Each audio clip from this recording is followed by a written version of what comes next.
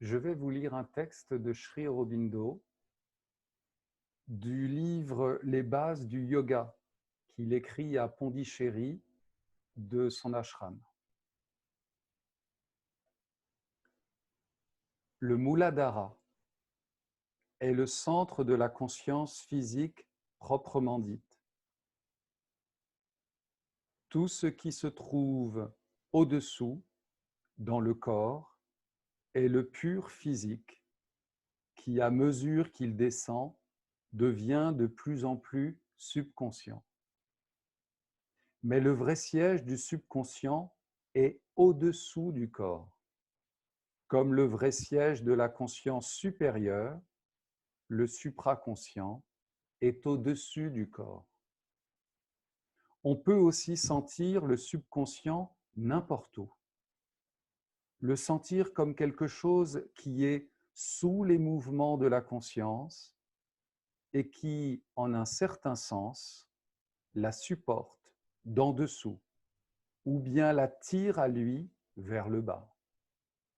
Le subconscient est le principal support de tous les mouvements habituels, surtout des mouvements physiques et du vital inférieur. Quand une chose est rejetée du vital ou du physique, elle descend généralement dans le subconscient et y reste comme en semence pour remonter quand elle peut.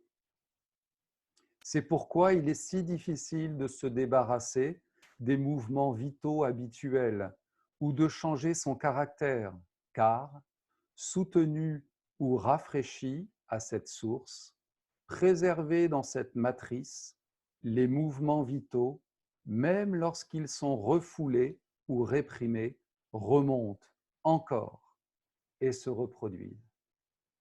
L'action du subconscient est irrationnelle, mécanique et répétitive. Elle n'écoute pas la raison ni la volonté mentale. C'est seulement en y introduisant la lumière et la force d'en haut qu'on peut la changer. Le subconscient est universel, autant qu'individuel, comme toutes les autres parties principales de la nature. Mais il y a des parties ou des plans différents dans le subconscient. Tout sur Terre est basé sur l'inconscient, comme on l'appelle, bien que réellement, il ne soit pas du tout inconscient, mais au contraire, une complète subconscience, une conscience involuée ou enfermée, qui contient tout, mais en laquelle rien n'est formulé ni exprimé.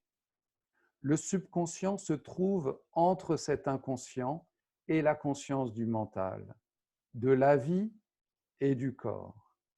Il contient en puissance toutes les réactions primitives devant la vie qui luttent pour émerger, sortir des rivages ternes et inertes de la matière, et qui, par un développement constant, forment une conscience en évolution, se formulant peu à peu, il les contient, non comme des idées ou des perceptions ou des réactions conscientes, mais comme la substance fluide de ces choses. En outre, toutes nos expériences conscientes s'enfoncent dans le subconscient, non pas comme des souvenirs précis, bien que submergés, mais comme des impressions d'expérience, à la fois obscures et obstinées. Et ces impressions peuvent à tout moment ressurgir sous forme de rêves, de répétitions mécaniques, de pensées et de sentiments ou d'actions du passé, de complexes explosant en actions ou en événements. C'est surtout à cause du subconscient que tout se répète et que jamais rien ne change, sauf en apparence. C'est pourquoi l'on dit que le caractère ne peut être changé. Et c'est aussi la cause du retour constant des difficultés dont on espérait s'être débarrassé pour toujours. Toutes les semences sont là, ainsi que tous les samskaras, du mental, du vital et du corps. C'est le principal support de la mort et de la maladie. Et la dernière forteresse, imprenable à ce qu'il semble, de l'ignorance.